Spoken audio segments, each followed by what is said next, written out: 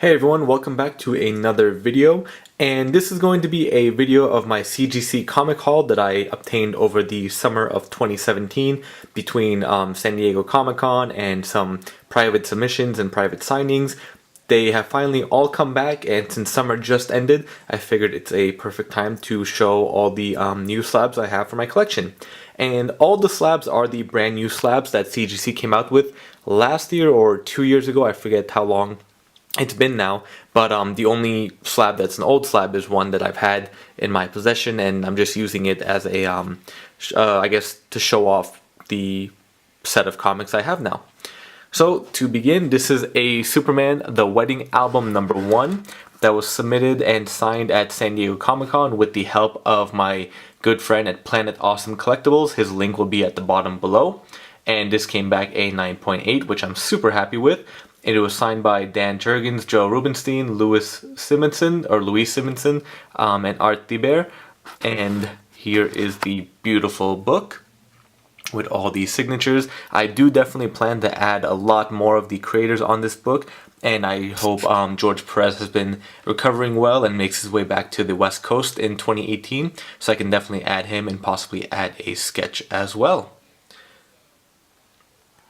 The next book we have is a Crisis on Infinite Earths #7 that came back as a 9.6, and this was actually an eBay purchase. I found a great deal on it, and I think, if I remember right, I sent a best offer and the seller accepted it. Super happy with that. This one is signed by George Perez and Marv Wolfman. They were both signed at the beginning of this year. As you all know, George Perez had his incident with the heart attack about a quarter of the way into the year, I think just before summer, and this was signed at the beginning of the year. And there are their signatures, and just a great and a classic cover to add to the collection, and that beautiful new label as well. Here is another book submitted with the help of PlanetAwesomeCollectibles, also signed at, or also submitted at San Diego Comic-Con. This is a Batman vs. Predator #1, the variant cover, I believe, and I didn't see it noted on the label, so it might not be the variant cover. I know there are two covers for Batman vs. Superman. There's one that I think is just the Predator on the cover, but I could be mistaken, or that could be the variant cover. Either way, this one is my favorite of the two covers, and it's also, I think, a classic crossover or mashup cover that I just think looks phenomenal. This was signed by Dave Gibbons, who wrote the story, and Andy Kubert, who was the cover, or actually the artist. The cover artist is by Chris Warner, so I hope to add Chris and Adam to this as well. And this also came back a 9.8. So there's a close-up of the book. And again, the links for Planet Awesome Collectibles will be in the description of the video down below. Here we have an Action Comics #266 that was submitted directly to CGC at Comic-Con, at San Diego Comic-Con, and this came back a 3.5 with off-white to white pages. This is a Jerry Siegel story with art by Wayne Boring, Jim Mooney, and Stan K, with the cover by Kurt Swan and Stan K as well. And as the label notes, this is an appearance by Crypto and Streaky, who are the Superman and Supergirl's dog and cat, as well as a full-page ad for Green Lantern #1. And this book is from July of 1960. And I just think this is a fun cover showing Superman and Supergirl with their super pets down below. Simple, classic 10-cent Action Comics cover. Another happy and great addition for my Superman obsession. And here is the second of 4 submissions I sent directly to CGC from San Diego Comic-Con. This is Superman 146 from 1961. This came back a 3.5, also with off-white to white pages. And this was basically Superman's life story with Crypto and Lori Lemaris appearances. And this was written by Otto Binder and Jerry Siegel with Al Plastino art, as well as a Kurt Swan and Stan K cover. And this is just another phenomenal cover I love to have. I'm seeing baby Superman with his parents sending him off to Earth. And this is actually the one I wanted to do a little side-by-side of. If you all know me, you know I am of Middle Eastern heritage and descent. And my dad collected these back when he was a kid. And recently I've been on an eBay kick to find these Lebanese and Arabic Superman covers. And here we have the identical cover from Superman number 7, which was published in 1964 in Lebanon. And this was unfortunately an incomplete edition since there were a few pages missing. But it's still a fantastic set to have, I think. It looks super cool with that. And just showing the differences with the American and Arabic versions. And I've also been on a kick to try to find more of these foreign covers. Unfortunately, not a lot of the countries printed the same issues or had the same covers, so it's difficult to find even, let's say, this cover in different countries. If anyone does have any leads, I would greatly appreciate that. If there's anything from Mexico, Italy, Spain, Germany, just, you know, the covers that actually have the different languages, I guess, and of course the art being the same on those. My third submission from San Diego Comic-Con directly to CGC is a Hawkman number 1 that came back a 4.0. This was from 1964, and this is the first Hawkman in his own title with the origin and first appearance of Shaq, not sure if I'm saying it right. This was a Gardner Fox story with Murphy Anderson cover and art. And it's interesting, I've never been a Hawkman collector per se, but for some reason these classic comics are just ones that I cannot miss purchasing or adding to my collection, and they're just so awesome. I think Hawkman and Hawkgirl are two highly underrated characters, and I really hate what happened to them in Legends of Tomorrow. They kind of got killed off pretty fast. Now, I haven't been watching it, so I'm not sure if they were brought back or what the deal is, but I don't believe they received the adequate treatment that they deserve. And this is just a phenomenal cover as well. And this was actually purchased raw from Torpedo Comics. They are located in Las Vegas, but they always have a huge CGC booth and classic comic booth at all the big Comic Cons. Their links will be below in the description as well.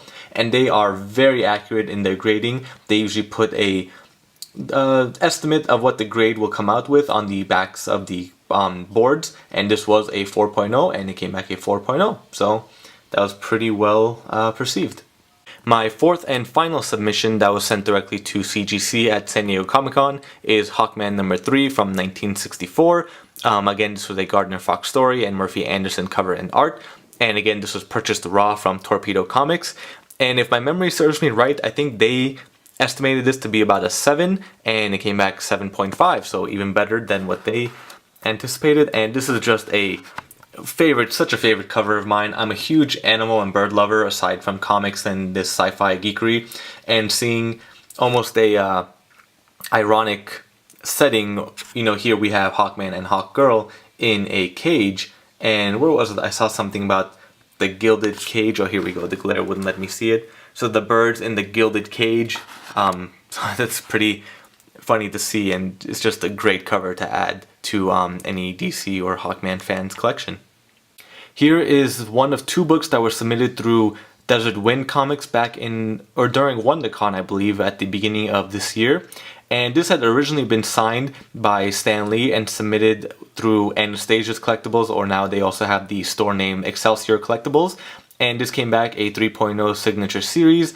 Unfortunately, back then it was not considered or labeled as a restored copy. I'm not sure if that was missed by the CGC graders, or I don't want to assume or believe, but actually I don't actually think that this happened, but I don't think there was any restoration that went on, because even the restoration says it indicates restoration includes small amount of color touch on cover.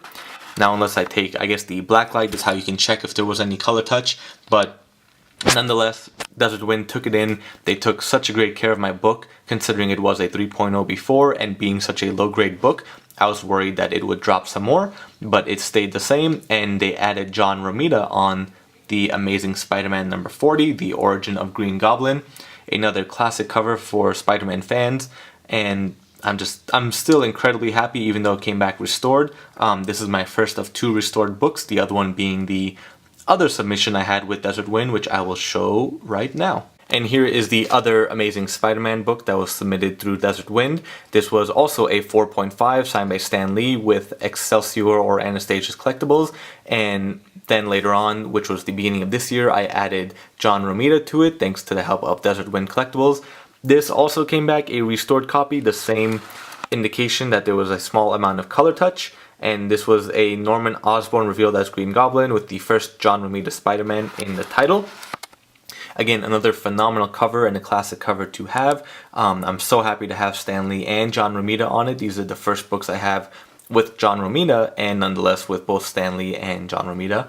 But the restored issue isn't the big deal for me. I'm happy to have it. It's, you know, still a pretty rare book, and to have it signed and graded, I'm super happy with it, and I can't thank Desert Wind enough for all their help with this book. And I don't know if I said it wrong earlier, but I actually submitted 3 books to Desert Wind, and the third one will be shown right after this one, but they were a huge help with all of them. And let's take a look at the last Desert Wind book and final book of this video. So last but not least, my final book submitted through Desert Wind Collectibles is a Wolverine Limited Series number 1 from 1982, the first solo Wolverine comic book. And we all pretty much know this cover. It's such a awesome and a phenomenal and a classic cover. And thanks to Desert Wind's Legends Tour, they were able to add some big names on it. Rest in peace, Len Wein. I am incredibly saddened. I had the chance to meet him a few times. He was a super nice guy, always happy to meet the fans and sign books. Of course, I have the regrets that I didn't meet him at certain shows to get certain books signed. There were a few more Wolverine, and especially a few Wonder Woman books I wanted him to sign. Hopefully someone on eBay or some seller pops up with them. Nonetheless, it was always an absolute pleasure to meet Len Wein. He was a delight to meet him, or it was a delight to meet him, and I can't thank him enough for all the work he has contributed to the Marvel and DC and just comic book community. So this one was purchased 9.6 as a graded 9.6 copy, sent it to Desert Wind to add the names, and it was signed by John Romita, Len Wein, Chris Claremont, and Joe Rubinstein. Unfortunately, there was a slight grade drop, which I'm not too surprised considering the traveling this book did and all the names added, but it could have been worse, and I'm not upset at all. I'm super happy with it. Thanks again, Desert Wind. All their information will also be at the bottom, along with the other vendors and helpers that have added some great books to my collection. So with that, this is the final book of the summer 2017 CGC haul. Thank you all for watching. If you're new to CGC, have any questions or about grading comics or submitting books, feel free to post them below. If you are a current and recurring CGC collector and member, send up a chat or start up a chat. I love talking about them, and make sure to join the CGC books on Facebook as well. Thank you all for watching, and stay tuned for the next video.